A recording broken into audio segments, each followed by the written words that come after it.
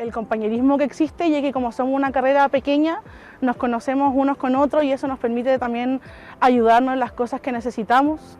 El trabajo de las académicas que están en mi carrera, ya que son para mí, por ejemplo, un motivo para seguir en ella, ya que son parte de la contingencia en áreas de investigaciones prestigiosas y también están presentes en medios. Desde muy chica siempre me gustaron las humanidades. Encontré licenciatura en estudios internacionales y me gustó mucho porque la malla era muy interdisciplinaria, porque contiene varias líneas, una línea de ciencia política, una línea de historia, una línea de economía. Entonces me interesó mucho que era tan amplio como el campo que me podía yo desenvolver también en muchas cosas.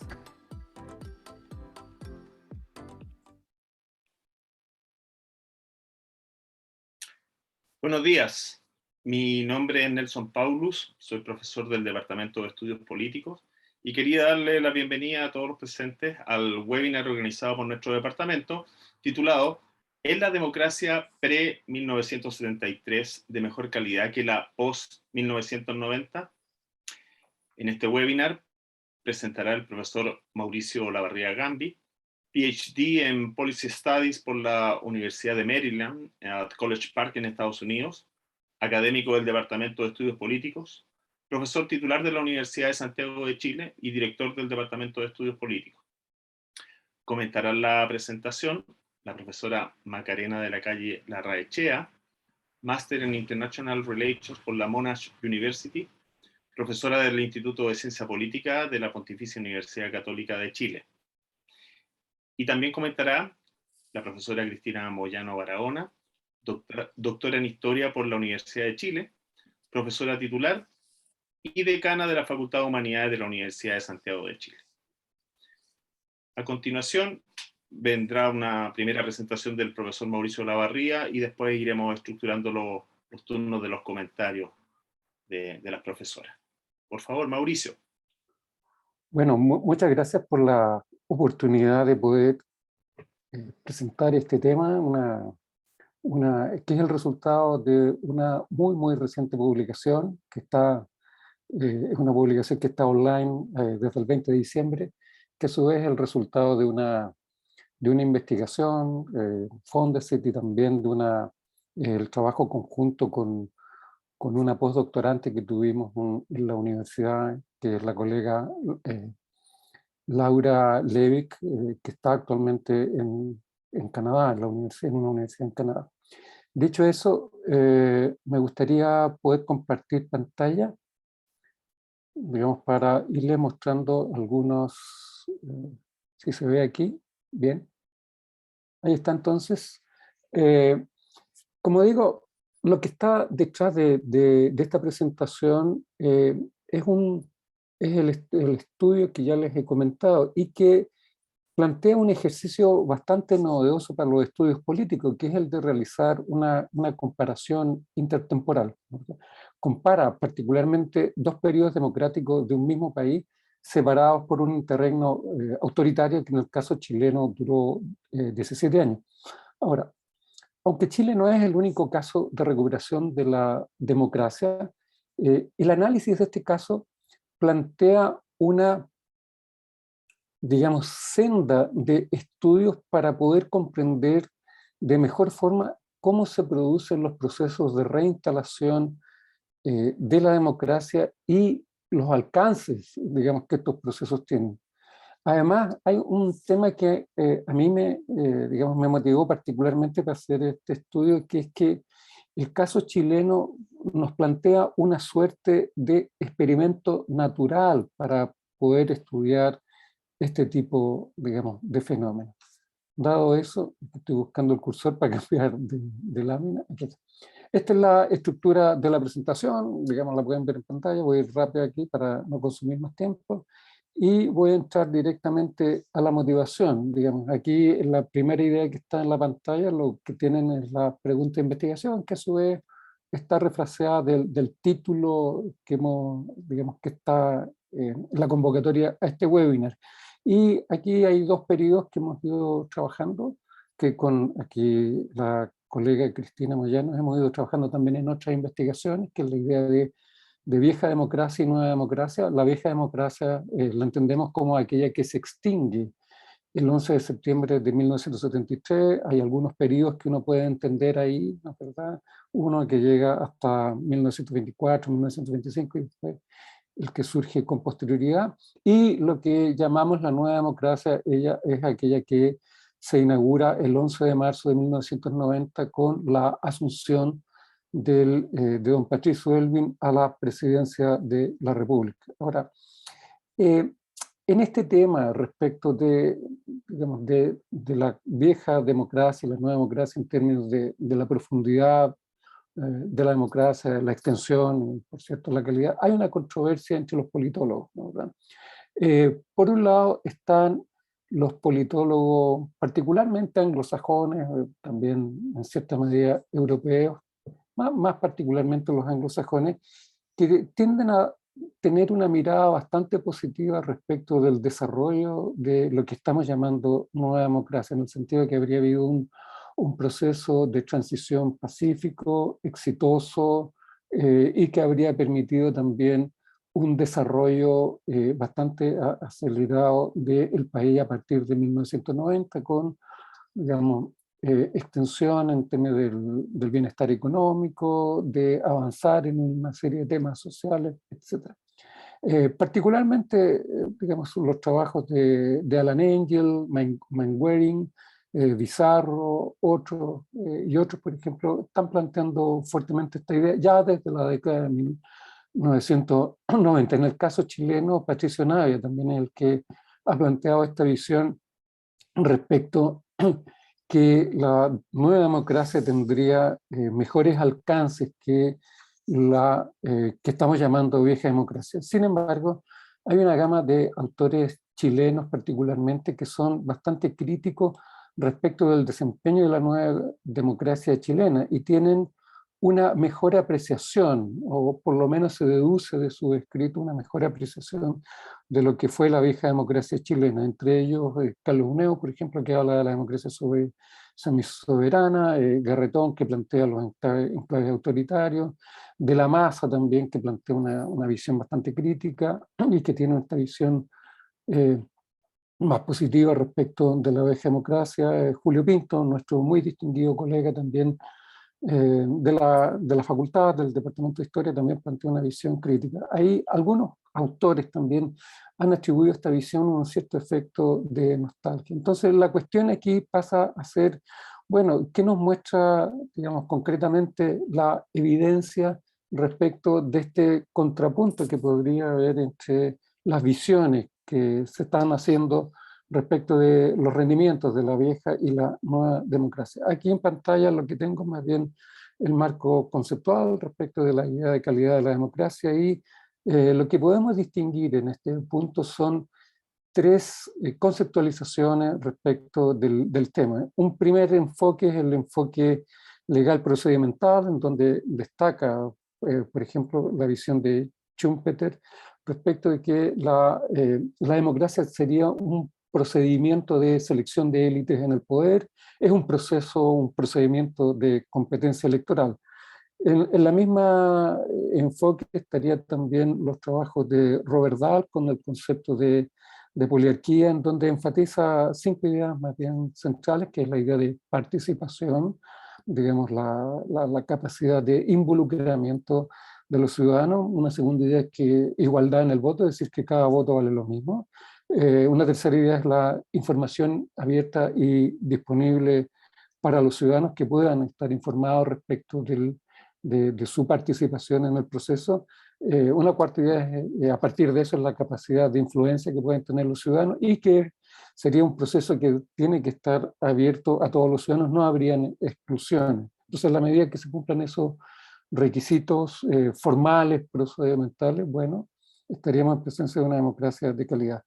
Un segundo enfoque que más bien ha ido siendo desarrollado por Guillermo O'Donnell y otros, apunta a, digamos, a la relación entre el Estado y los ciudadanos, y enfatiza elementos como la deliberación pública, digamos, enfatiza también la idea o el concepto de gobernanza, la idea de responsabilización, que algunos socióticos la hablan como accountability, pero que quiere decir, la puede traducir como, perfectamente como responsabilización y rendición de cuentas, y digamos, las respuestas que da el Estado a las aspiraciones ciudadanas. Y digamos, ahí puse, digamos, están en pantalla.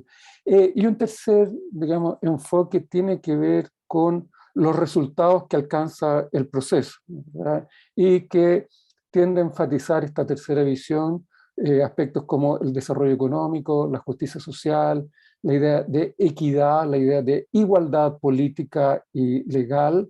Digamos, la ley es aplicable a todos, nadie por sobre la ley, el imperio de la ley, ¿no? ¿Verdad? Y la satisfacción ciudadana. Ahí puse, digamos, para que mis alumnos de administración pública lo recuerden, ¿no? ¿Verdad? La idea de valor público puede estar bastante detrás de esta idea. De este modo, entonces, la definición de calidad de la democracia es inherentemente política, dado que va a expresar juicios de valor que pueden tenerse sobre importantes aspectos de la vida social. Y ello lleva naturalmente a comprender que los analistas o los evaluadores que nacen la calificación de lo que vamos a ver en los índices más adelante, pueden tener visiones encontradas sobre un mismo hecho, dado que pudieran estar enfatizando valoraciones diversas sobre mismos aspectos. Aquí, para ir rápido, en esta sección, en esta lámina que presenta el método y datos, digamos, lo que muestro son los 3 índices sobre los cuales estuvimos trabajando, que es el Variety of Democracy, ¿no es verdad?, el Polity 4, y el índice de Fitzgibbon-Johnson, digamos, que es un índice que se fue, digamos, haciendo a partir de 1945 y que se fue haciendo cada 5 años y en el mismo momento, digamos. Los otros índices son miradas retrospectivas que se les solicitan a paneles de expertos en cada uno de estos temas. Ahora, esto, digamos, plantea los desafíos que están, digamos, ahí en pantalla, que es esta análisis intertemporal o comparación intertemporal, ¿verdad? Aquí voy a entrar ya en la evidencia disponible. Lo que está mostrando este, digamos, cuadro, esta matriz y la siguiente, lo que señala es que, digamos, ya sea que los indicadores o los análisis que resulten del procesamiento de estos indicadores, sea que los tomemos como índices rankeados o no rankeados, muestran que hay una correlación entre todos ellos y por lo tanto los 3 índices que he mostrado, digamos, este es el no rankeado, aquí vuelvo atrás, este es el que tomamos el ranking de índices, los 3 índices sobre los cuales estamos haciendo el análisis tienden a mostrar la misma historia, digamos, cuentan un relato bastante parecido. ¿Qué es lo que nos está mostrando a partir de eso? Aquí lo que tenemos es lo que nos muestran el índice del Variety of Democracy, ¿verdad?, en materia electoral, democracia liberal, democracia participativa, democracia deliberativa y democracia, digamos, igualitaria.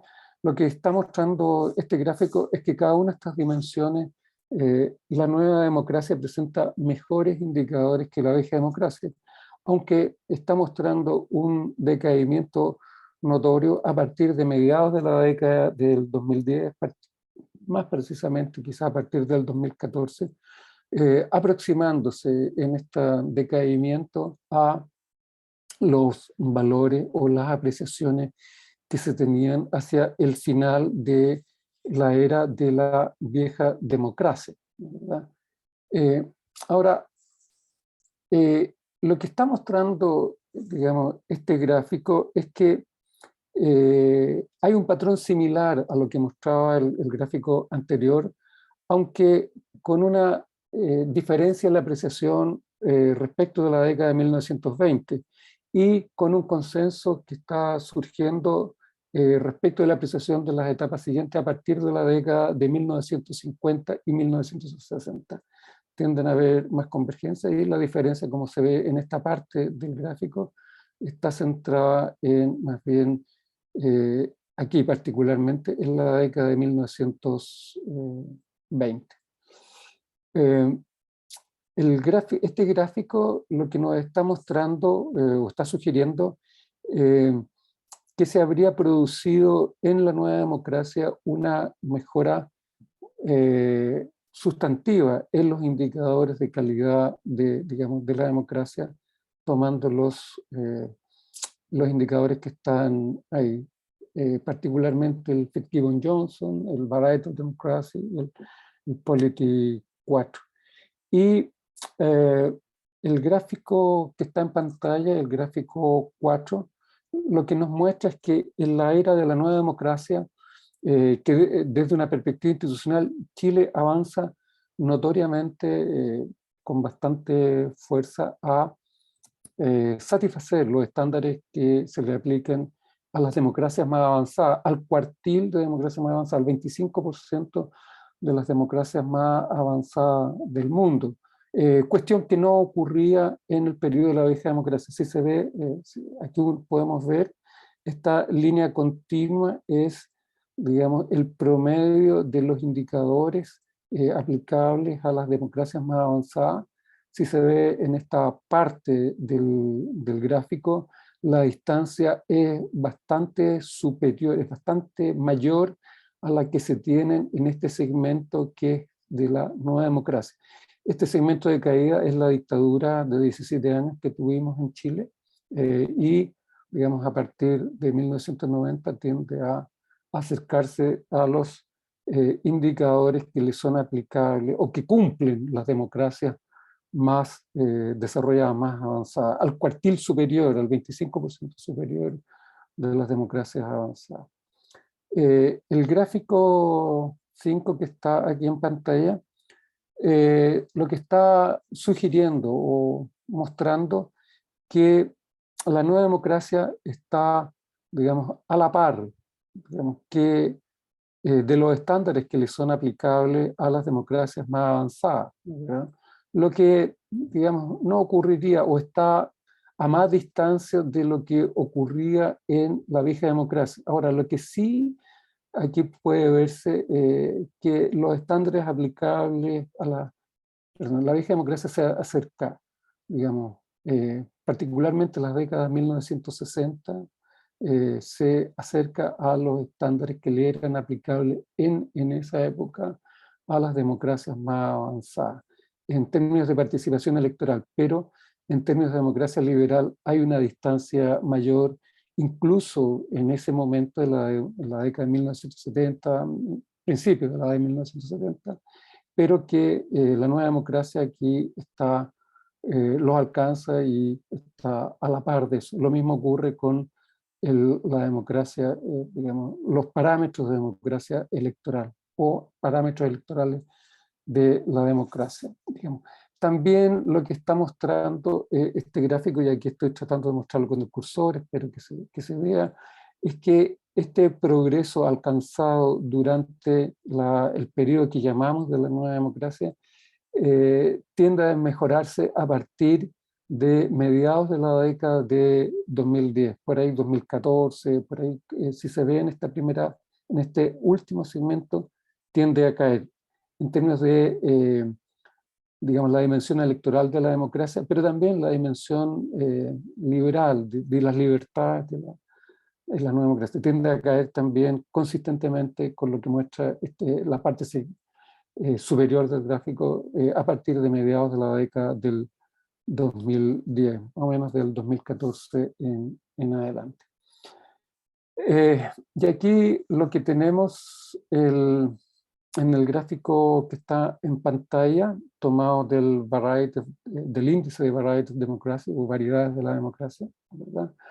Aquí lo que hacemos es comparar los rendimientos que tiene Chile en ambos periodos respecto de los estándares que cumplen las democracias más avanzadas, el cuartil superior, por eso hablo del cuartil 1, ¿no? El cuartil superior es el 25% de las democracias más avanzadas. Y lo que se observa también, digamos, compatible con los gráficos anteriores, es que la vieja democracia presenta una distancia muchísimo mayor, mucho mayor, en estos indicadores de la que presenta la nueva democracia, y que en materia de deliberación, digamos, la nueva democracia alcanza digamos,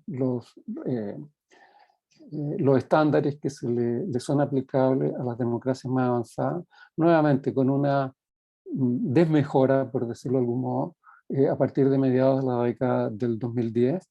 Desde un punto de vista participativo ocurre lo mismo, aunque digamos, se acerca, se aproxima bastante a estos rendimientos de las democracias más avanzadas, y también hay una desmejora a partir de mediados de la década del 2010. Y en la democracia, digamos, la dimensión igualitarismo de la democracia, aquí, digamos, aunque la distancia con las democracias más avanzadas es menor en la nueva democracia respecto de la vieja democracia, también aquí se observa que hay una distancia un poco mayor, y también hay una caída en la década del 2010, lo que estaría insinuando que aquí, si bien hay avances, no tendrían la misma, por decirlo de algún modo, rapidez, dimensión, fortaleza, que los indicadores o los rendimientos en materia de participación y deliberación. Es decir, aquí, digamos, habría un avance, digamos, menos rápido o más lento, si ustedes quieren, o una situación que habría que ir superando, digamos, en los años que vienen. Aquí lo que tenemos es, digamos, un complemento. Lo que muestra es que habría aquí en la nueva democracia un progreso más pronunciado hacia democracia igualitaria, en términos de lo que cumplen las democracias más avanzadas a nivel mundial, y de América Latina sin Chile. Aquí, digamos, esta línea punteada, la línea continua es el cuartil superior de las democracias más avanzadas a nivel mundial.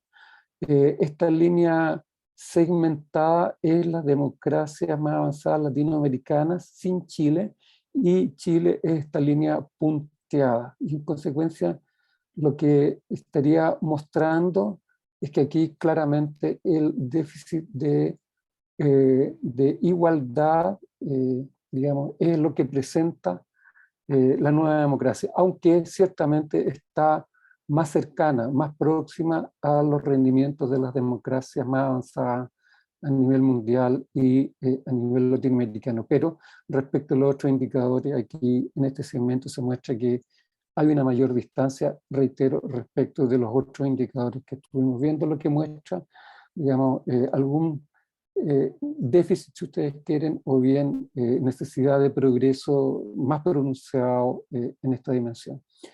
¿Qué es lo que están mostrando los resultados? Digamos, muestran que la nueva democracia muestra mejores rendimientos que la vieja democracia en una variedad de indicadores, y que esa diferencia es más pronunciada en los indicadores que adoptan una perspectiva legal, procedimental, formal, ¿verdad? Y la diferencia es menos pronunciada en los indicadores sobre igualdad e inclusión, ¿verdad? Ahora, aquí surgen tres discusiones, ¿verdad? Si hay evidencia adicional que apoye estos hallazgos que he mostrado en los gráficos recientes, Sí, la redemocratización, digamos, ha logrado superar el legado autoritario y sí, la apreciación de los codificadores refleja la realidad de los dos periodos. Entonces, en el primer punto, lo que está mostrando es que, digamos, eh, hay una declinación, sin duda, en la participación, digamos, particularmente a partir de el establecimiento del voto voluntario en el 2009, y que esta declinación parece estar asociada a la baja desafiliación, digamos, a los sindicatos. El pic de afiliación, digamos, sindical estuvo por ahí en la primera parte de la década de 1970 con aproximadamente un 34% de afiliación. Ya en la década de 1990 estaba alrededor del 18%, y fue decayendo desde entonces. También lo que muestra es que a partir de la década de 1990, de mediados y en adelante, hay una desafección creciente con los partidos políticos, y también lo que se observa es que hay un incremento en la adhesión a iniciativas de organizaciones de la sociedad civil. Hay una creciente expansión, si uno toma, por ejemplo, indicadores de creación de organizaciones de la sociedad civil, lo que muestra es que desde la segunda mitad de la década de 1990, ahí la curva es exponencial hacia arriba, ¿verdad? El número de organizaciones de la sociedad civil que se van creando es muy fuerte, y eso tiene un correlato. Hoy día también vemos la idea de surgimiento de movimientos sociales, como se les llama, organizaciones de la sociedad civil que plantean un conjunto de demandas y que pareciera ser que las personas tienen una adhesión o quieren, digamos, organizarse a partir de intereses concretos y específicos.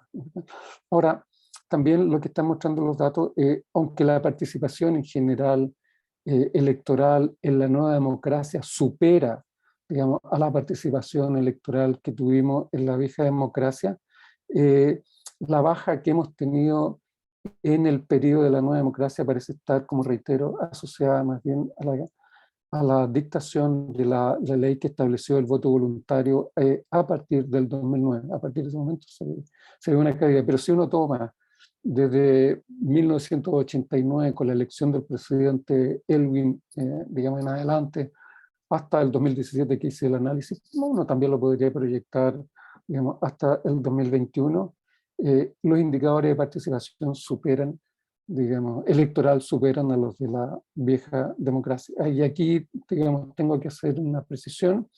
Cuando estoy diciendo esto, lo que estoy tomando, la comparación es respecto de las personas que cumplirían los requisitos para poder participar, es decir, que cumplen, en el caso digamos, cumplen los requisitos de edad y los requisitos formales.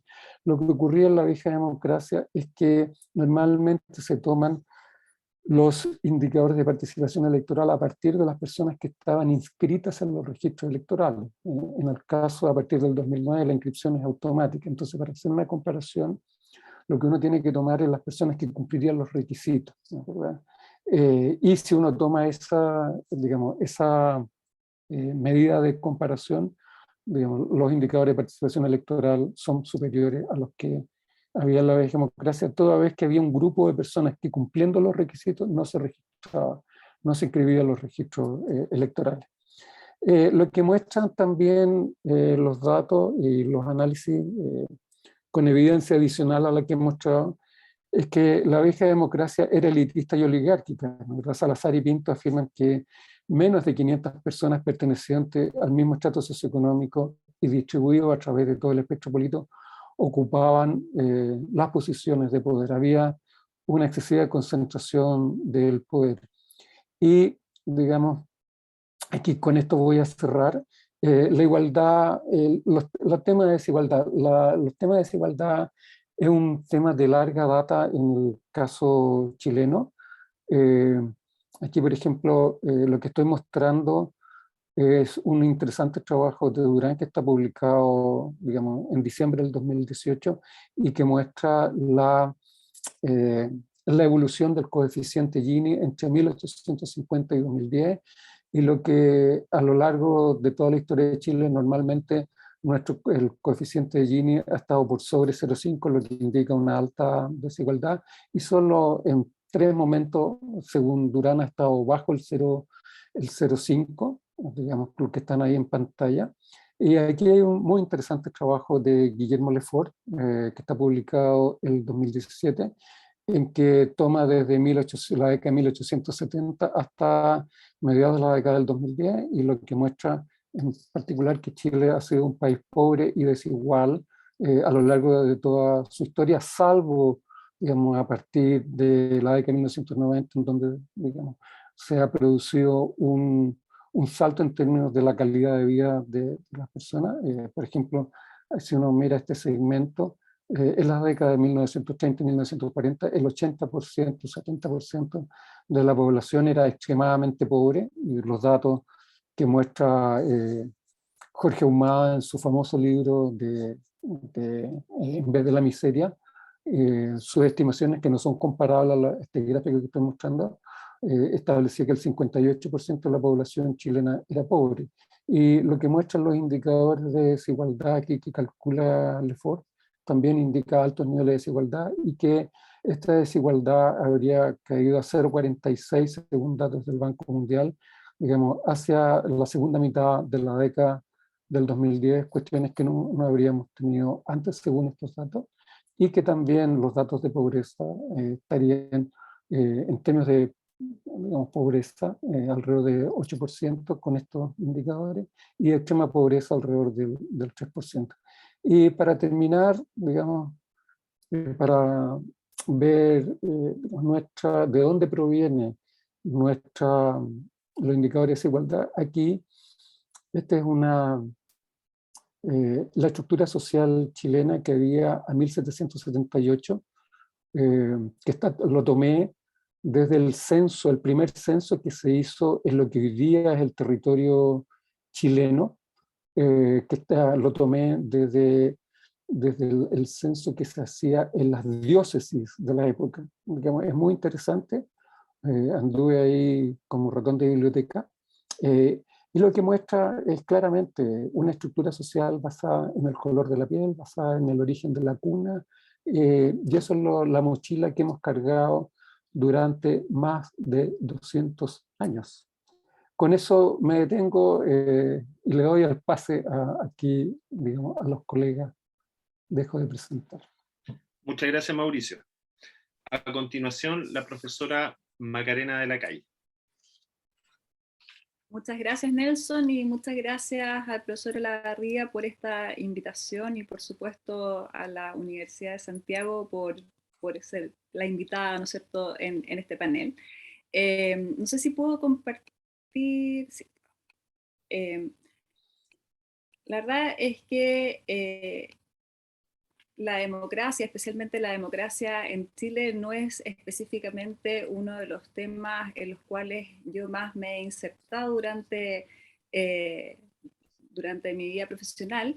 Sin embargo, este tema me interesó especialmente porque hay bastantes hechos que he estado siguiendo en lo que actualmente ha estado pasando en Chile, que tiene relación con lo que está planteado en el paper, en el documento que hizo el profesor Olavarría.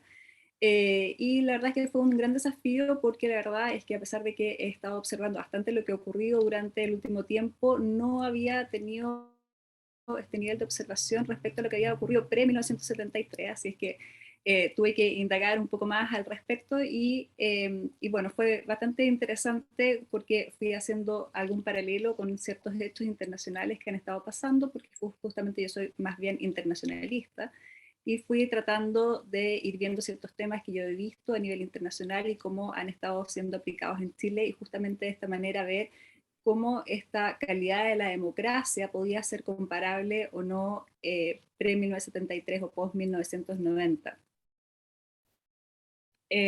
Un poco para retomar algunos puntos que dijo Mauricio. Él hablaba de hablaba varios desafíos que tuvieron ellos a la hora de determinar cómo medir si es que era mejor o peor la calidad de la democracia, la vieja o la nueva democracia. Aquí yo tomé tres elementos que para mí fueron particularmente relevantes, que es justamente que le asignamos distinto valor o importancia a distintos aspectos. Quizás lo que para mí es importante de que tiene que tener una democracia, obviamente no es lo mismo para todos, y obviamente que eso ha sido parte importante del debate actual a lo cual se hacía referencia Mauricio. Que tenemos distintos estándares de democracia en distintas épocas, porque justamente lo que nosotros le exigimos a la democracia hoy día no es lo mismo que le exigíamos a la democracia hace 50 años atrás. Entonces, obviamente que cuando especialmente estábamos viendo un poco lo que presentaba Mauricio, si estábamos viendo que respecto a los niveles de equidad, estos vemos que quizás se encuentran más lejos de lo que nosotros quisiéramos tener, esa misma equidad quizás no la medimos de la misma manera que hace 50 años atrás. Y los niveles de amplitud, con esto me refiero que obviamente cuando vamos a considerar qué es democracia y cuál va a ser la comparación que vamos a tener, ¿a qué nos vamos a referir? ¿Nos vamos a referir simplemente en términos legales y de procedimientos? ¿Vamos a ir a ver también, por ejemplo, los resultados? Aquí a mí siempre me gusta decir que la democracia debiera ser siempre un medio, un fin en sí mismo, por lo tanto, analizar resultados siempre creo que es relevante y por lo tanto creo que cuando se va a analizar la calidad de la democracia tenemos que ir ampliando los niveles a los cuales nos vamos a hacer referencia. Los hallazgos que él tiene, yo no voy a, yo la verdad es que me quise especificar especialmente en aquellos donde vemos que hay menos claridad respecto a las diferencias que existen en cuanto a la calidad de la democracia. Creo que la investigación hecha por el profesor Olavarría respecto a cómo ha aumentado el rango de los indicadores democráticos en la nueva democracia, creo que son suficientes para demostrar que al menos en lo que tiene que ver con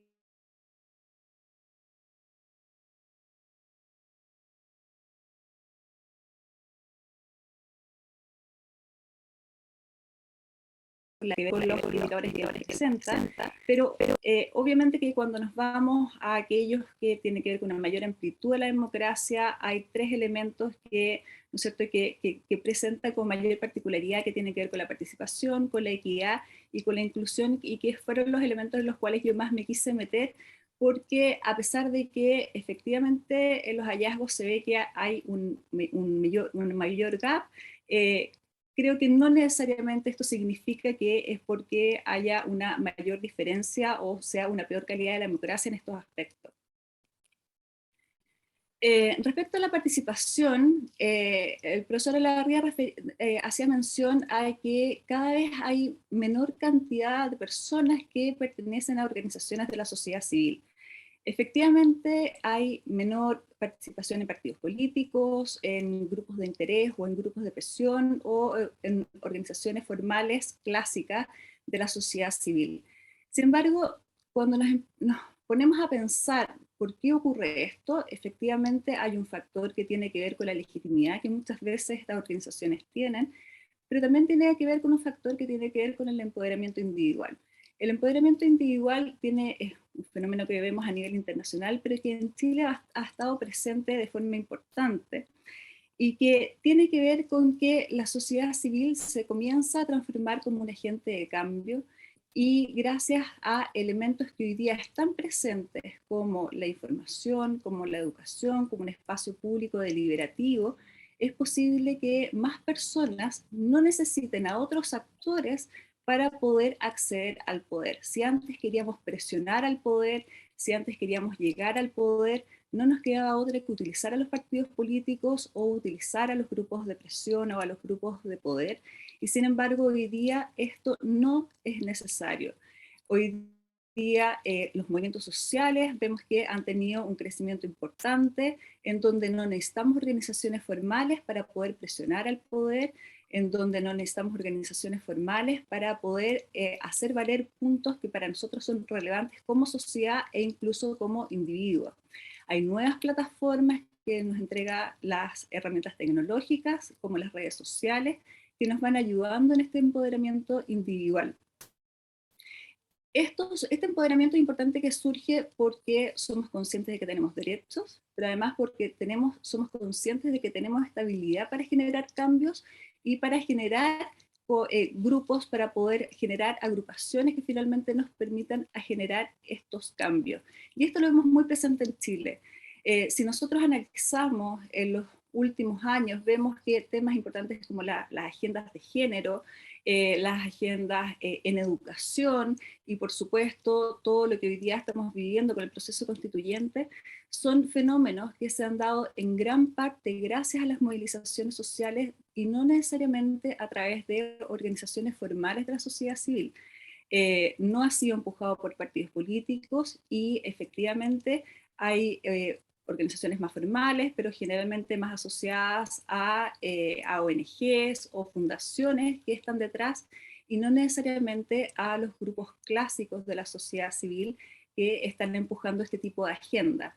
Por lo tanto, vamos viendo que hay una sociedad civil que es más fuerte y si nosotros podemos ver que hay una sociedad civil que es más fuerte y que está más empoderada, eso significa a la vez que tenemos mayores niveles entonces de información y de educación. Entonces, si estábamos analizando antes de que los resultados también son relevantes, significa que si es que nosotros podemos tener esta sociedad civil más empoderada, es porque tenemos estos niveles de información y educación que son más presentes hoy día para los ciudadanos. Y aquí, muy importante, si es que tenemos este empoderamiento individual, es fundamental, es para que las minorías no sean excluidas y las minorías también tengan una voz relevante. Es un fenómeno que pocas veces es analizado en estos índices respecto a lo que es la calidad de la democracia, que justamente también tiene que ver con la equidad, pero que hoy día las minorías tienen una mayor voz, tienen una mayor capacidad de hacer presión, y esto lo vemos en distintos grupos de la sociedad civil que hoy día están presentes.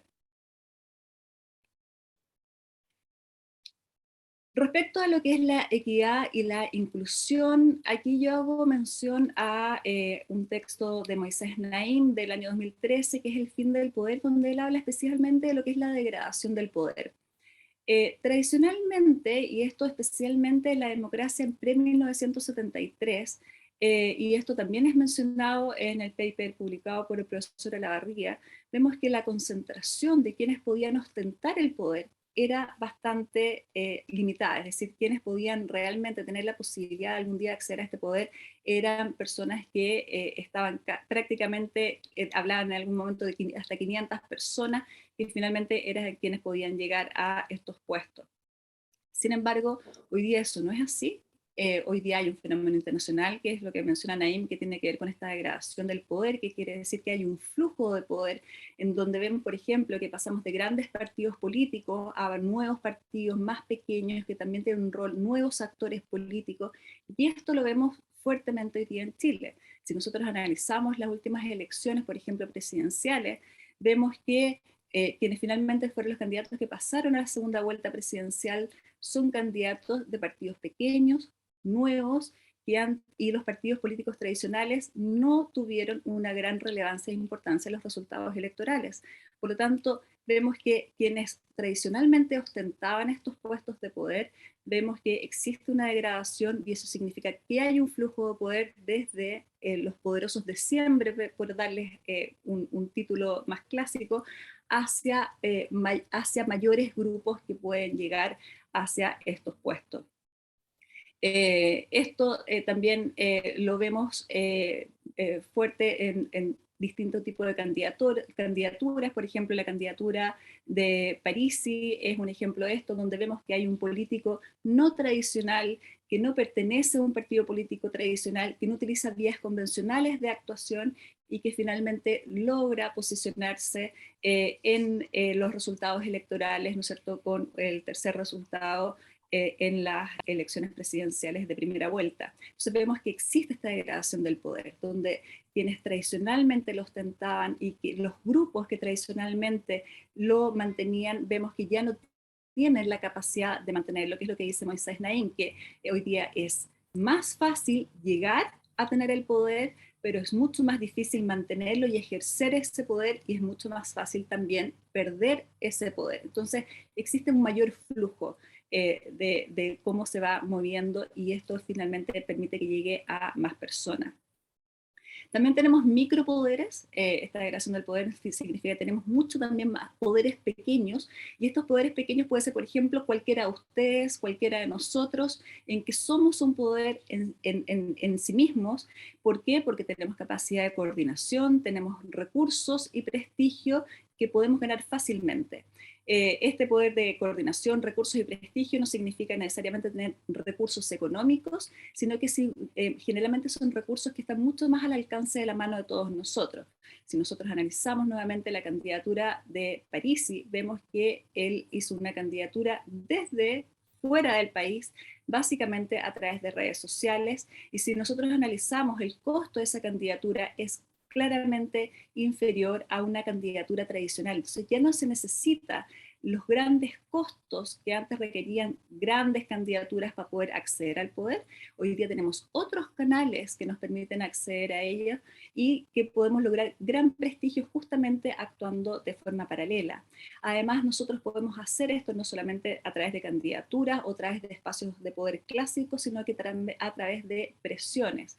Nosotros hoy día podemos acceder a plataformas como desde change.org a nivel internacional, pero hoy día vemos que a través de la Convención Constituyente existe una plataforma a través de la cual yo puedo proponer nuevas inquietudes que me gustaría que fueran planteadas, o nuevas leyes que fueran incorporadas, etcétera, y esto resulta que logran tener apoyo ciudadano, y esto lo voy expandiendo generalmente mucho a través de redes sociales.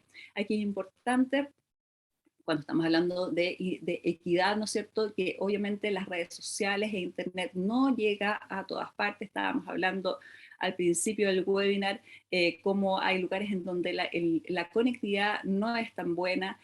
Sin embargo, hoy día sí vemos que en Chile la posibilidad de tener un teléfono con algún tipo de conexión a internet tiene un alcance elevado en la población que supera el 80%, y esto significa que la mayoría de nosotros tenemos al alcance de nuestra mano la posibilidad de coordinar, y tenemos un recurso importante para poder presionar. Y esto se transforma un poco entre Gulliver con los liliputenses, ¿no es cierto? Es como este personaje grande y poderoso, y estos pequeños micropoderes que finalmente lo sostienen y no lo dejan actuar. Entonces lo que vamos viendo es que estas grandes fuerzas que antes existían y que tenían grandes capacidades para ejercer poder, no es que hoy día no tengan la capacidad de ejercer el poder. Sin embargo, estos micropoderes interfieren y limitan mucho más la capacidad de gobernar, pero por supuesto también la posibilidad de ser poderosos.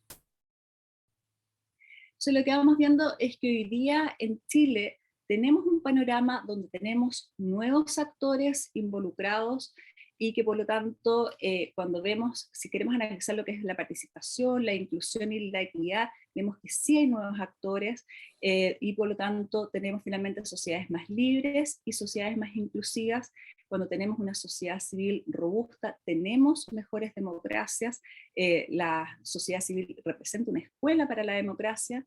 Tenemos nuevas plataformas para organizarnos, obviamente que las redes sociales son una de ellas, y nos permiten mucha mayor voz a los ciudadanos comunes y corrientes. Y lo que es muy importante es que tenemos más ideas y más posibilidades. Ya salimos, ¿no es cierto?, cuando estábamos hablando de que quizás habían 500 personas, de que eran las personas que podían acceder al poder, significaba que las ideas que circulaban entre esas 500 personas y las posibilidades de lo que se podía hacer siempre estaban en torno a 500 personas.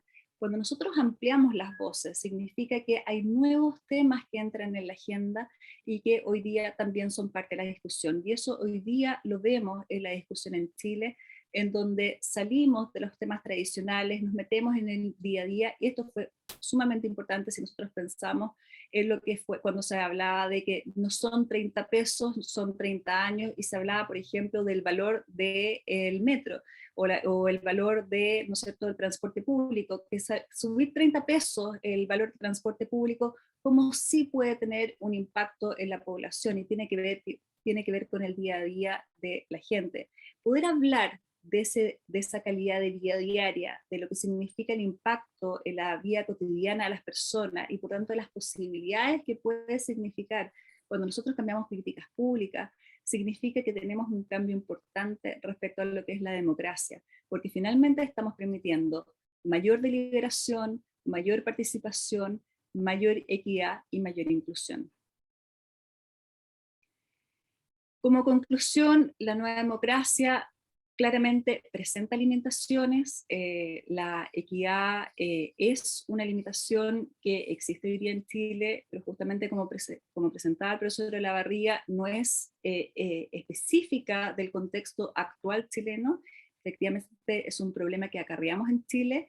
Aquí yo destaco una cuota que decía Valenzuela en el paper del profesor Olavarría, que decía que tradicionalmente los partidos políticos hacían muy bien ciertas funciones, como gestionar los problemas sociales, ¿no es cierto?, pero no se preocupaban de la inequidad porque lo consideraban como que era parte de la realidad chilena.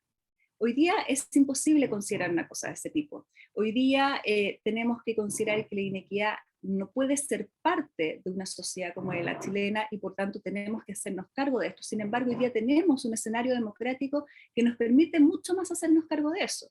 ¿Por qué? Porque resulta que existe una degradación del poder, porque resulta que tenemos una sociedad civil más fuerte, más robusta, que finalmente nos permite que estos temas, que son los que generan inequidad, tengan un mayor espacio y mayores posibilidades de ser escuchados y de poder finalmente lograr tener una solución. Entonces hay una nueva democracia que con estas limitaciones presenta mejores estándares de calidad que la vieja democracia. Eso sí, como desafío, estaba el tema de la inequidad que estaba mencionando.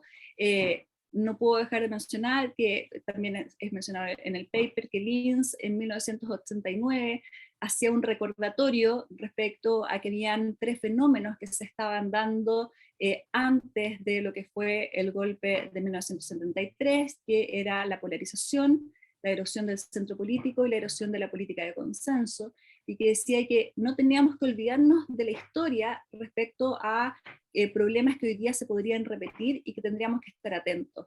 Y hoy día la polarización, la erosión del centro político y la erosión de la política de consenso vemos que han tomado bastante fuerza en el último tiempo. Y esto, y por lo tanto yo pondría atención a ello, y a esto además le agrego fenómenos que son hoy día están a nivel internacional y que también lo hemos visto en Chile, que tiene que ver con el populismo y cierta debilidad o deslegitimación de las instituciones tradicionales, los cuales tenemos que poner atención justamente para si queremos seguir teniendo una democracia fuerte y de calidad. Muchas gracias.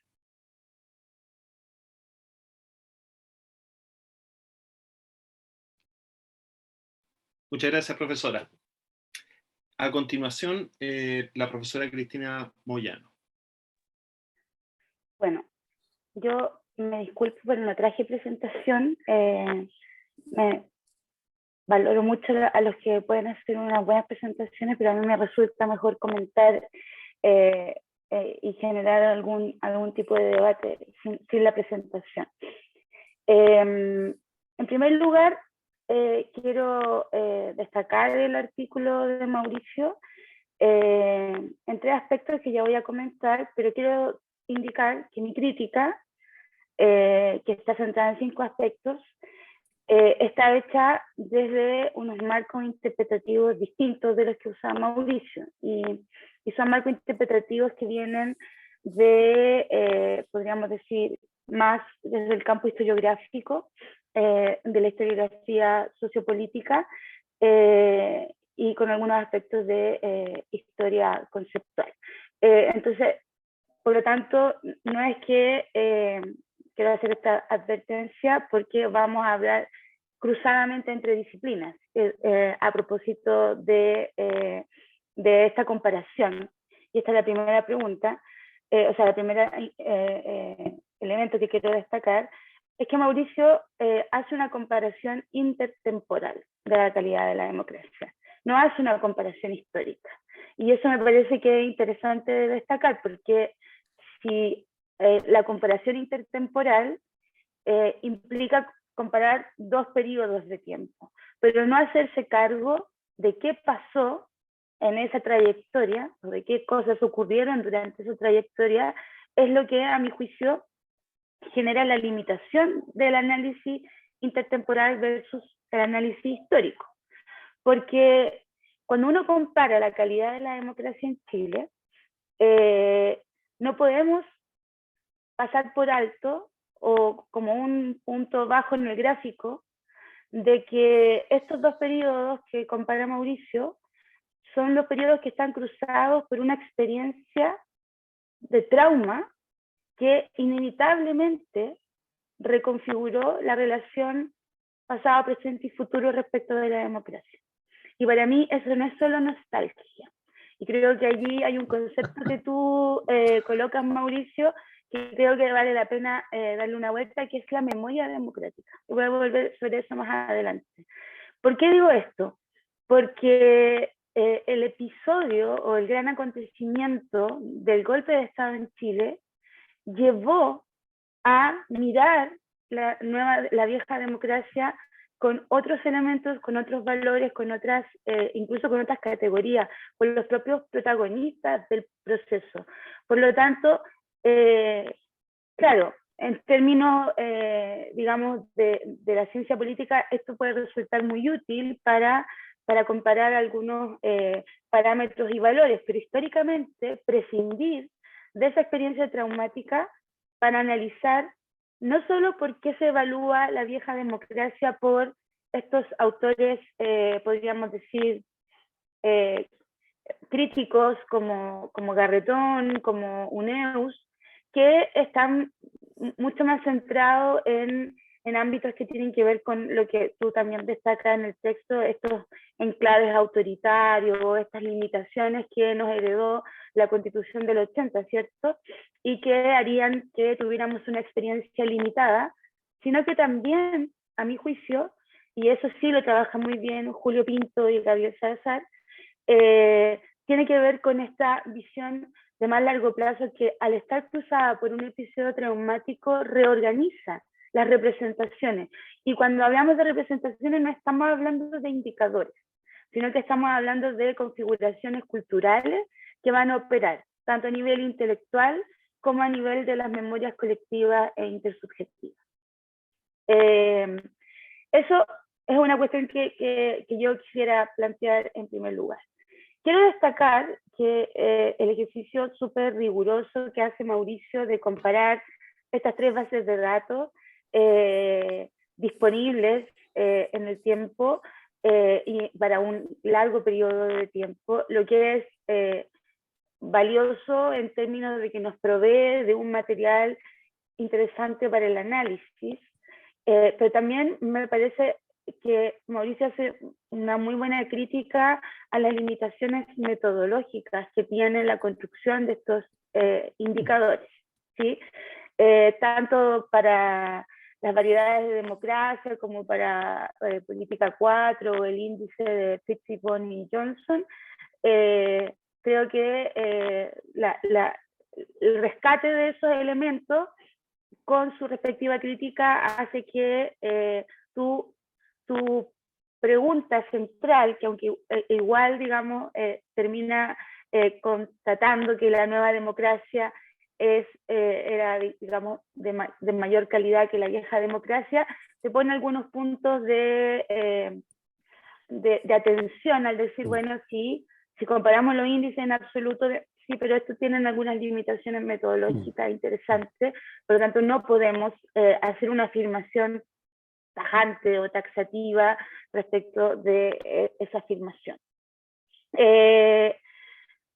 Esto me parece que es muy sugerente porque, aunque Mauricio concluya que la actual democracia era más o tenía mejor calidad que la vieja, sí hace toda una reconsideración respecto de quiénes son los que registran estos datos, o sea, los que van tomando estos valores, y también como son construcciones longitudinales y de larga duración, la problemática que va a implicar trabajar con algunos indicadores que efectivamente también, como dijo Macarena, no siempre han significado lo mismo en los distintos momentos sociales.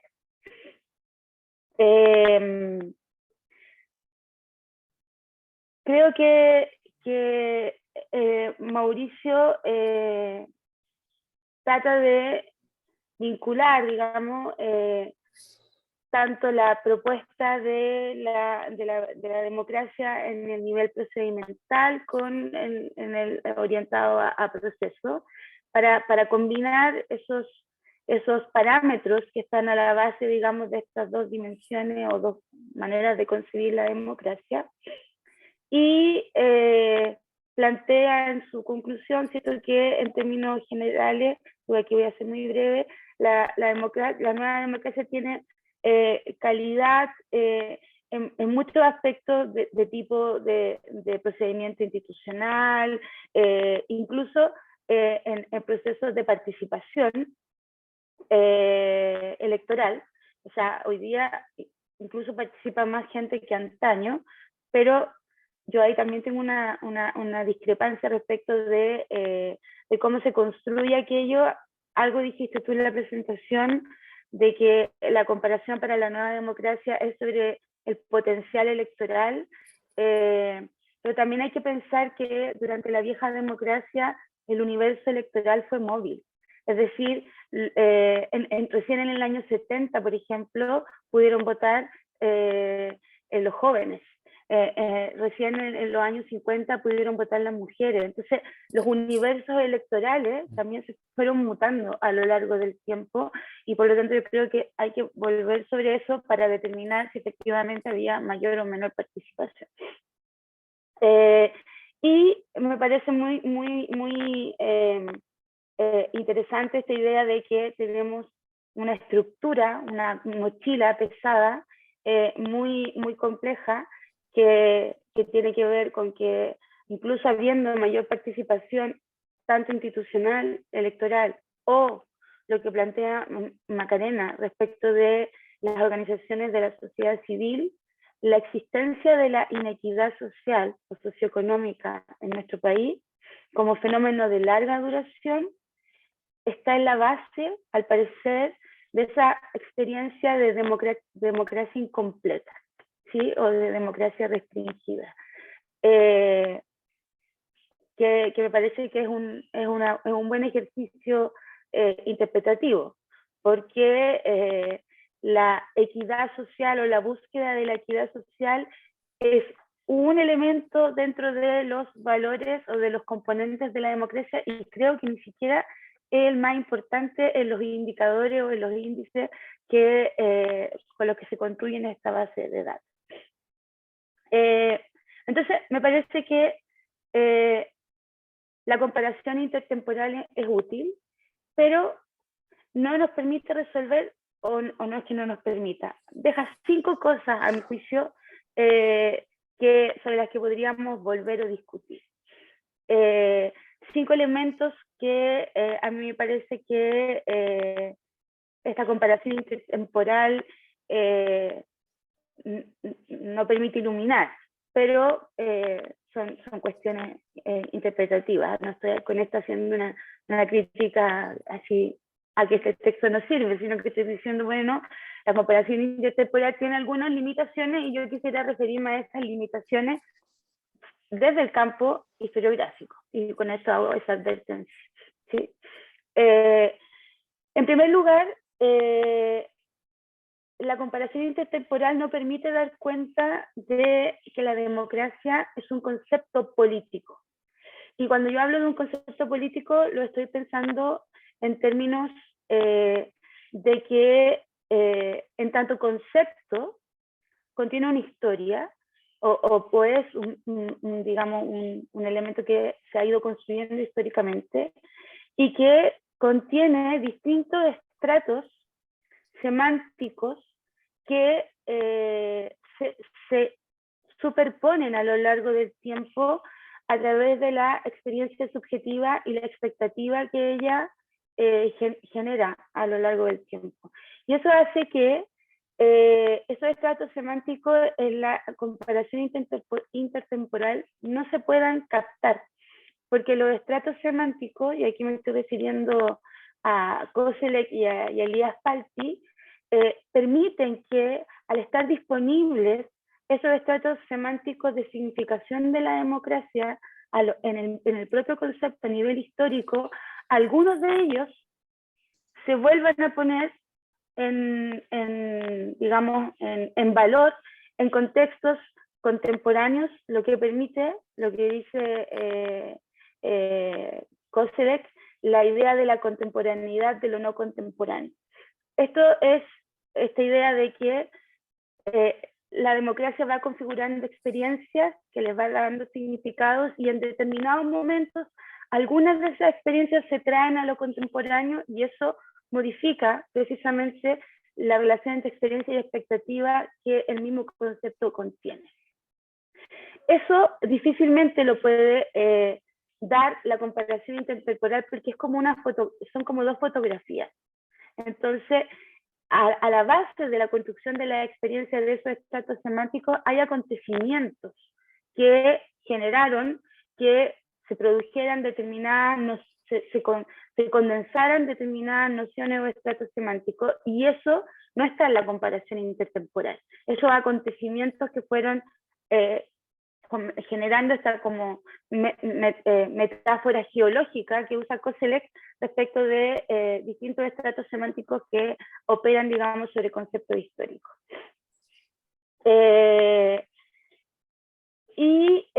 Creo que en el sentido, digamos, también de que la comparación intertemporal basada en indicadores tampoco permite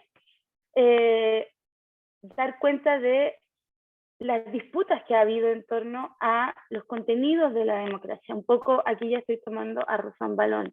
Es decir, la democracia es un término en disputa, y por lo tanto medirla con unos indicadores que sirven para medir la década del 20 y el 2010 es dudoso. O sea, es dudoso en el término de su utilidad comprensiva.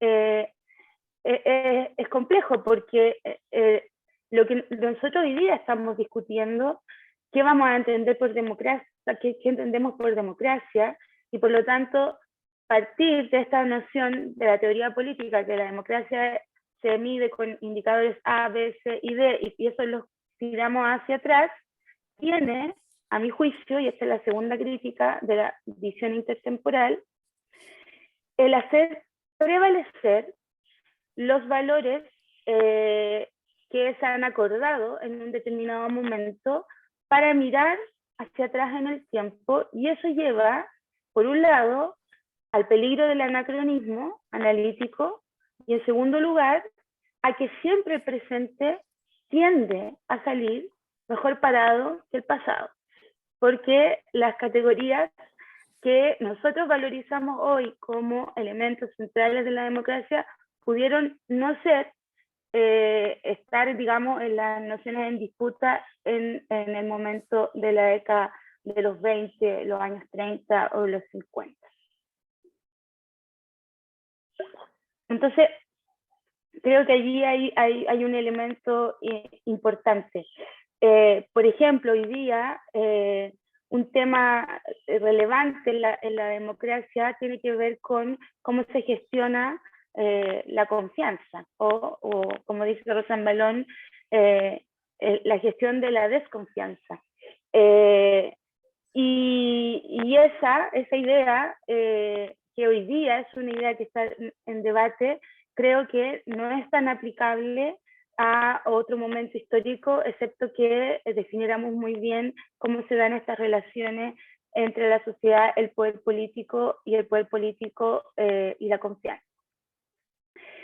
El tercer elemento que quisiera resaltar tiene que ver con que la comparación intertemporal, al carecer de contexto histórico, no permite comprender varias cosas respecto de la calidad de la democracia.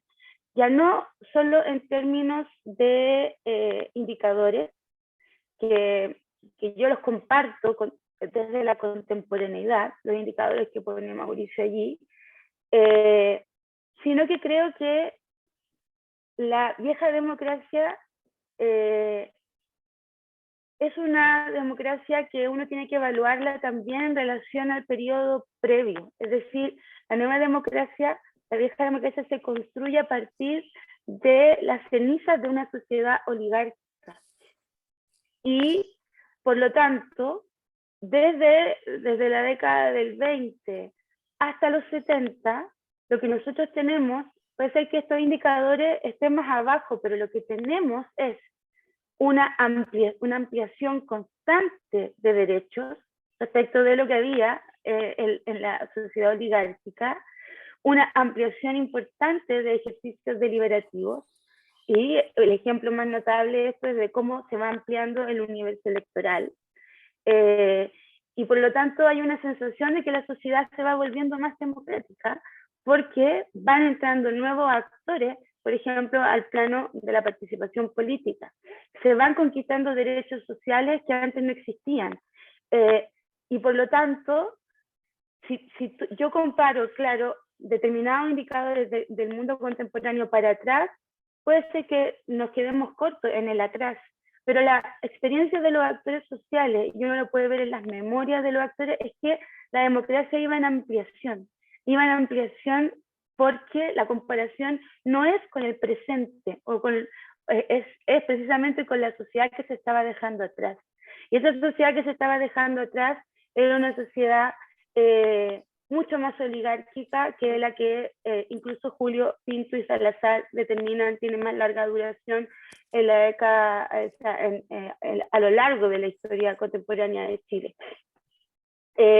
Por eso creo que allí es importante verificar, por ejemplo, cómo se valora la democracia en determinados momentos históricos. Cuando se da el voto a la mujer, por ejemplo, cuando se incorporan los jóvenes al padrón electoral, cuando pueden votar los que no están alfabetizados. Todo ese campo, yo lo estoy poniendo solo ejemplos electorales, porque también podríamos hablar de conquista de derechos sociales, son elementos que a mi juicio no se incorporan en este análisis, porque trabajamos con unos parámetros del valor de la democracia, de la calidad de la democracia, que están construidos para ser aplicados en distintos lugares. Y lo que hace el análisis histórico es bajar eso a situaciones concretas o a procesos situados donde uno puede ahí volver sobre los indicadores y discutirlos.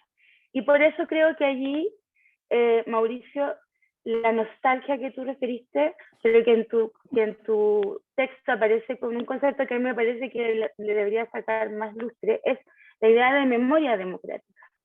Hay una memoria democrática que opera en estos elementos, digamos, de interpretación respecto de que la democracia pre-73 era más democrática. Hay una memoria que está muy cruzada por una generación que se politiza en los años 60 y 70 y que tiene una experiencia de politización distinta de la experiencia de politización de los años 20 y que por lo tanto introduce esquemas de valor interpretativo que van a generar una memoria emblemática, sobre todo en los actores, digamos, que van a hacer oposición a la dictadura y después van a configurar los primeros gobiernos de la Concertación. Entonces creo que allí hay un elemento valioso y que yo no lo llamaría nostalgia, sino que yo le llamaría memoria democrática, porque la memoria es una construcción absolutamente historizable respecto de cómo se van constituyendo las representaciones del pasado. Y por último, para no extenderme más, hay un quinto elemento que creo que la comparación intertemporal desdibuja y que me parece que tiene que ver con que estos indicadores que se han establecido para evaluar la calidad de la democracia no considera una serie de otros elementos que creo que ahí la tesis de Verónica Valdivia es imprescindible para entender este proceso, que a la base de cómo se ha ido ampliando la democracia en la vieja democracia, pero también en la nueva, por arriba, digamos, procedimentalmente, por la incorporación de nuevos actores, por las distintas formas de participación.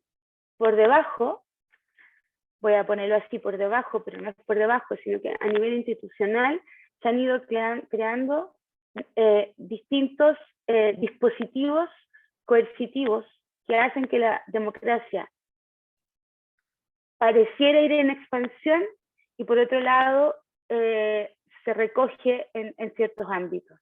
Verónica analiza muy bien, por ejemplo, lo que significa la Ley de Seguridad Interior del Estado, cómo se fue aplicando a lo largo de la historia de Chile. Entonces tenemos, ok, vamos a hacer participar a más gente, pero vamos poniendo legislaciones que de alguna u otra manera van limitando esos ámbitos de la democracia. Y creo que esas políticas coercitivas que van a la par de la construcción de una democracia también deben ponerse, digamos, como punto o elemento de comparación en esta dimensión más histórica a la que estoy apelando yo y que valdría la pena, porque eso hace sentir la democracia como un indicador que considera una variable intersubjetiva. Eso, mi estimado colega Mauricio y Macarena, desde quien se ha dedicado a estudiar la democracia, pero en una dimensión, desde una dimensión distinta. Muchas gracias. Muchas gracias, Cristina. Profesor Olavarría. Bueno, primero que nada, muchas gracias por estos comentarios. Son muy gratos, muy sustantivos. Y claro, al escucharlo, digamos, siento como un objetivo principal del artículo fue justamente, se cumple, que es la provocación, ¿verdad?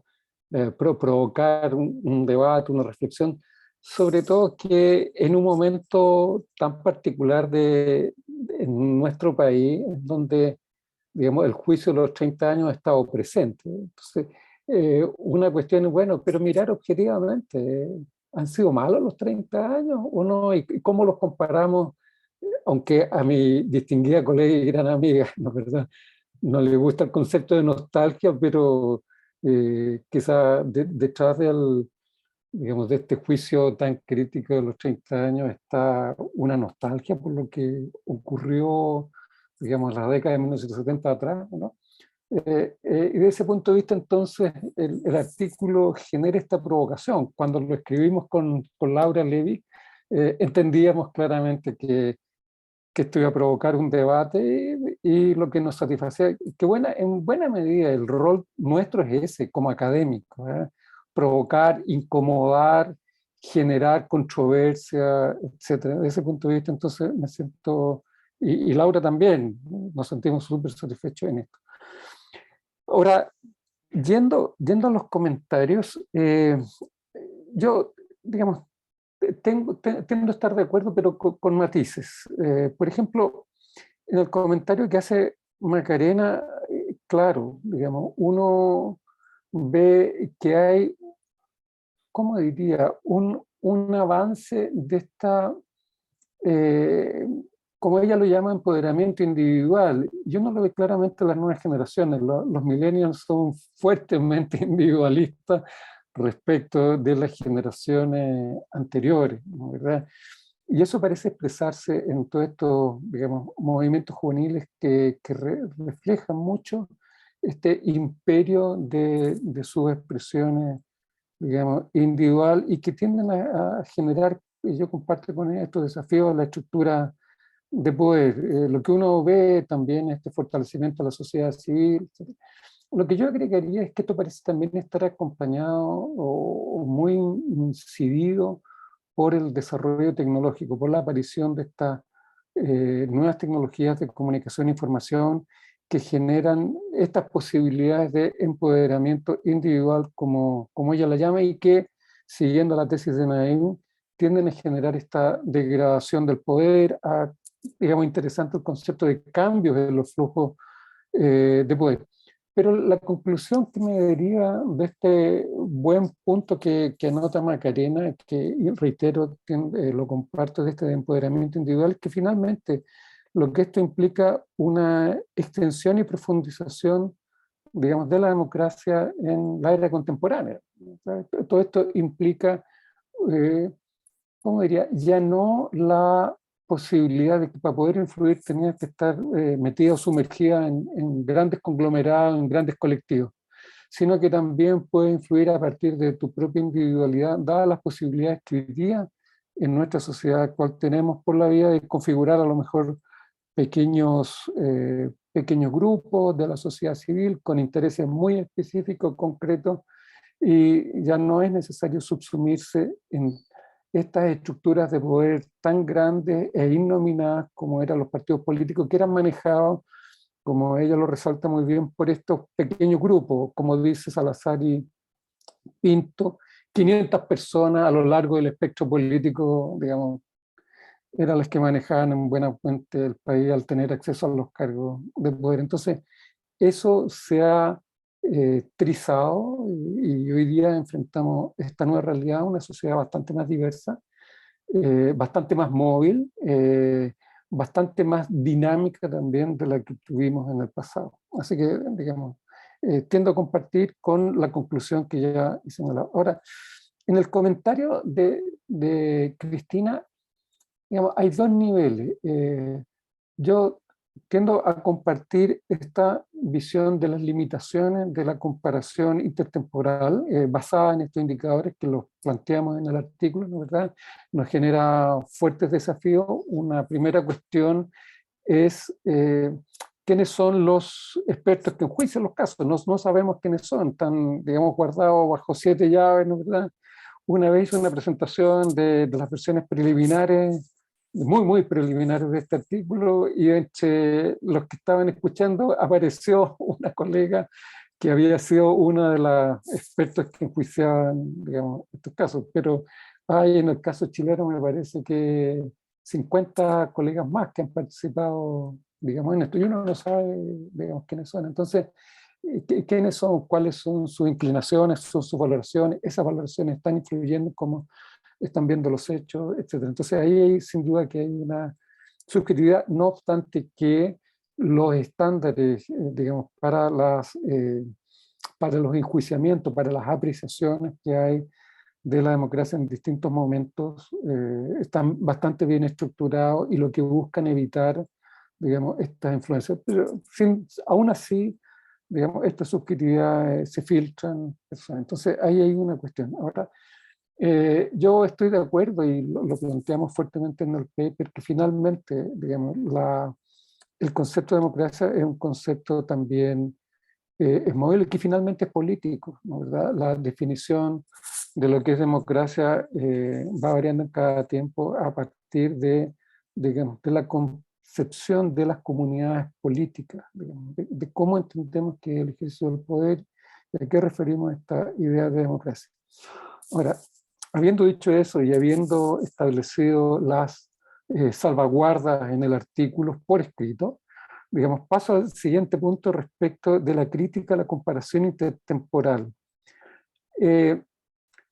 Digamos, sin duda tiene desafíos, como ya lo he señalado, pero digamos, ahí tiendo a tener una discrepancia respecto de esta tendencia al anacronismo, que es la crítica central que establece Cristina, ¿verdad? Digamos, ese es el concepto, que es una precaución que siempre tienen los historiadores, ¿verdad? De este punto, y que yo les he aprendido digamos, de mi vida con los historiadores, ¿no, verdad? De haber compartido ahí 10 años, digamos, de nuestra existencia previa como departamento ahí, con nuestros grandes amigos y colegas, muy queridos historiadores. Sin duda que es un punto central. Pero lo que hay que decir aquí es que, primero, si uno toma el índice Fitzgibbon-Johnson, este se construye desde 1945 en cada 5 años con análisis de ese periodo respectivo. O sea, las evaluaciones fueron haciéndose 1945, 1950, 55, 60, etc. Por lo tanto, el concepto de democracia que se tenía era el concepto que prevalecía en la época. No estamos poniendo indicadores del 2020 a 1945. Era lo que los analistas de 1945 entendían como democracia, digamos. Entonces, en segundo lugar, los otros índices que sí miran retrospectivamente, digamos, el Polity 4 y el Variedad de las Democracias, lo que también recogen era toda esta elaboración de cómo se entendía la democracia en aquellas épocas, y por lo tanto el enjuiciamiento de aquella época está referido también a estándares de la época. Y si uno mira, por ejemplo, no sé si tengo la oportunidad de compartir brevemente la pantalla. Ahí me parece, y quiero poner, por ejemplo, este estándar.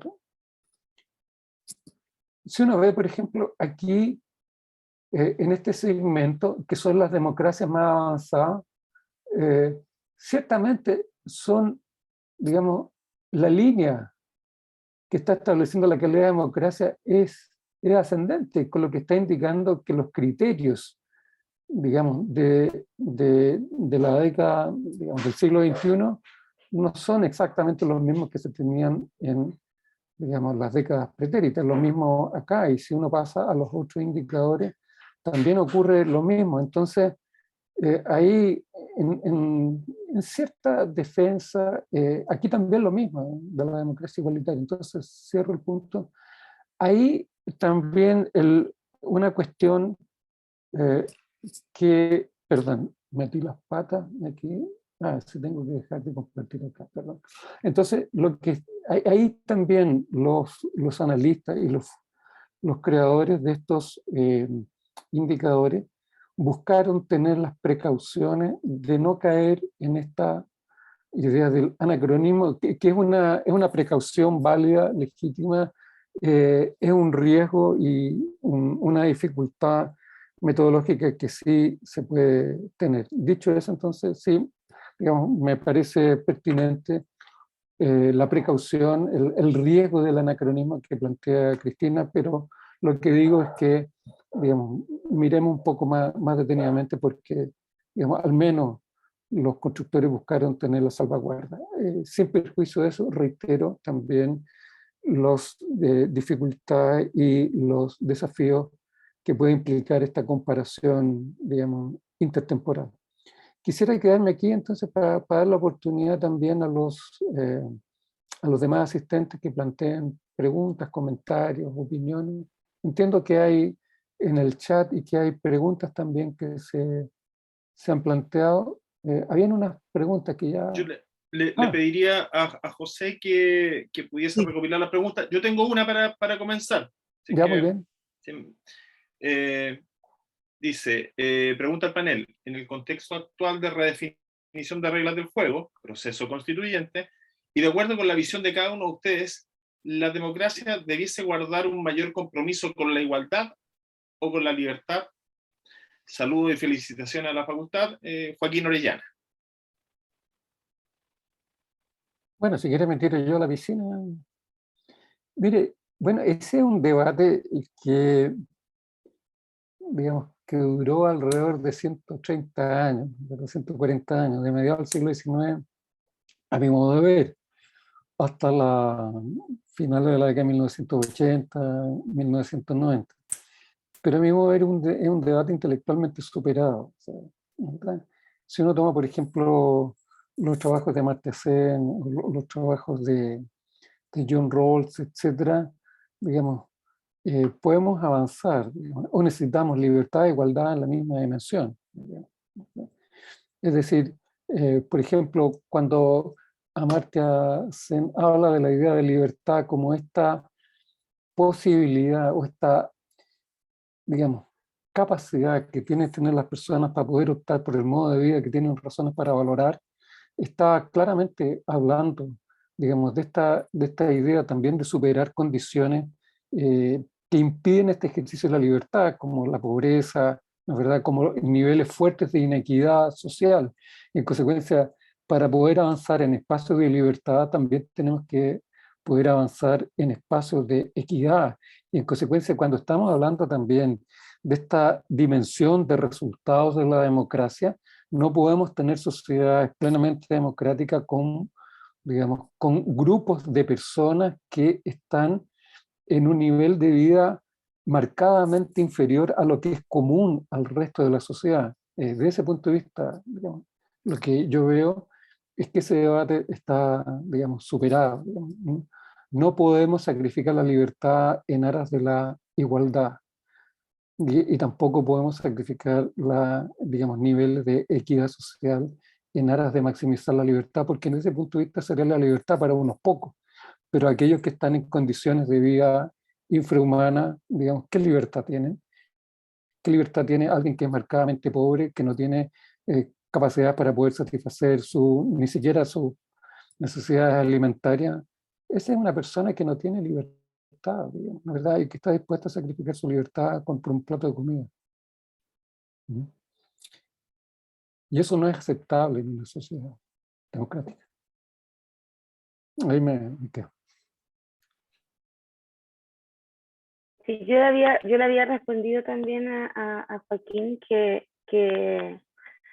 yo creía que ese binomio o esa antinomio ya no debía siquiera operar, digamos. O sea, equidad y libertad deben ser componentes de la democracia y no hay que, digamos, disminuir uno para agrandar el otro. Ambos tienen que ser componentes claves de la noción de democracia hoy día.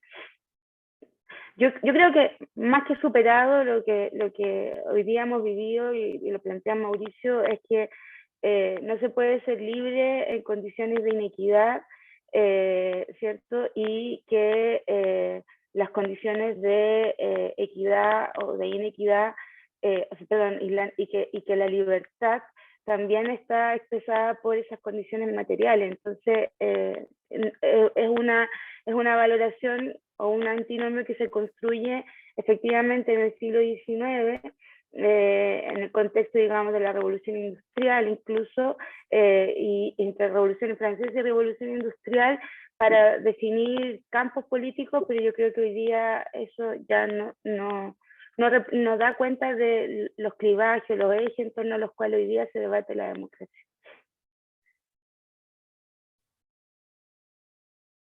Sí, para agregar, perdón, que tuve una pequeña caída, así que me perdí una parte del comentario de Cristina, pero creo que iba más o menos en la misma línea que estaba diciendo también Mauricio. Creo que es bueno que en el chat también se aprovechó de responder que por qué tenían que ser excluyentes. Efectivamente, hoy día no podemos pensar en que, y de hecho creo que es uno de los problemas que nos han hecho pensar, que tenemos que alcanzar o uno u otro, cuando en realidad los dos son igualmente importantes, porque lo que estaba diciendo Mauricio, si es que no somos iguales o no tenemos igualdad para acceder a esas libertades, finalmente no estamos siendo libres. Y además que es importante al revés también, de que finalmente no para acceder a esa igualdad vamos a limitar nuestras libertades. Entonces, cuando nos hacen pensar que tenemos que optar por uno, creo que es uno de los problemas que justamente nos pone hoy día frente a la democracia, en que ambos conceptos son fundamentales y necesarios para poder tener una buena calidad democrática.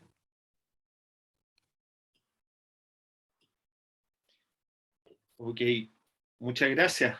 Veo que me informa José que de momento no hay otras preguntas. Por lo demás, creo que estamos en el tiempo. Me gustaría cerrar con un breve comentario y que va más allá de la temática correspondiente. Es muy grato poder constatar cómo en los distintos webinars que se han ido desarrollando en esta breve historia departamental de parte del Departamento de Estudios Políticos se van articulando muchas de las temáticas y van habiendo algún tipo de denominadores comunes. A propósito de la referencia del profesor Olavarría y de esta disyunción entre la igualdad y la equidad, bueno, recordar que hace un tiempo tuvimos un webinar guiado por el profesor Navarrete, Bernardo Navarrete, que hablaba de la obra de Rawls y cuál era la implicancia y las discusiones en torno a este eje de la igualdad y la libertad. Eso, no sé si habrá más comentarios, preguntas. Yo solo quiero Sí. hacer una precisión sobre el tema del anacronismo. El anacronismo no opera solo a nivel del uso de una categoría en otro tiempo, sino que hay en esos gráficos que tú presentaste, por ejemplo, hay décadas, está marcado por décadas. Entre medio de las décadas no son tiempos, digamos, unas temporalidades uniformes. Entonces, lo que me pasa a mí es que, por ejemplo, hay momentos históricos, hay coyunturas históricos, acontecimientos que se viven en determinados momentos que cambian, hacen un giro en las nociones de democracia. Por ejemplo, este cuadro tuyo, ¿cómo va a cambiar cuando nosotros incorporemos en ese cuadro el 2019, por ejemplo, o el lapsus 2019-2021? Entonces, a eso yo me refiero con esta dimensión intertemporal, porque yo entiendo que uno trabaja con unos bloques de tiempo equidistantes, pero por ejemplo, en el año 57 Chile vive un proceso de revuelta muy importante y eso inevitablemente genera una valoración de la democracia que probablemente no pudo ser pesquisada en estos índices. A eso me refiero yo con el tema de la problemática de trabajar con estos indicadores que prescinden precisamente de esos contextos situados, que son acontecimientos claves que de repente generan transformaciones en la experiencia de los actores. Se cayó Sí, estaba con problemas de Macarena. conexión. Sí, estaba con problemas de conexión y avisó ahí en el chat. Sí. Es interesante, pero eso nos lleva a lo siguiente también.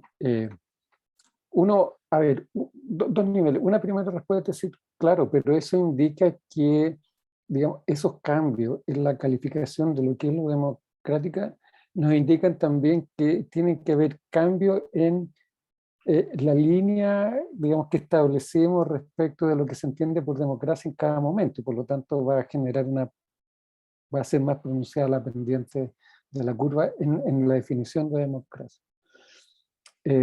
Y por otro lado, es un desafío también para el trabajo académico, que implica la necesidad de diálogo interdisciplinario, ¿no? Y ahí con Cristian hemos estado trabajando fuertemente digamos, en la idea de vincular el análisis de la historia con el análisis de política pública.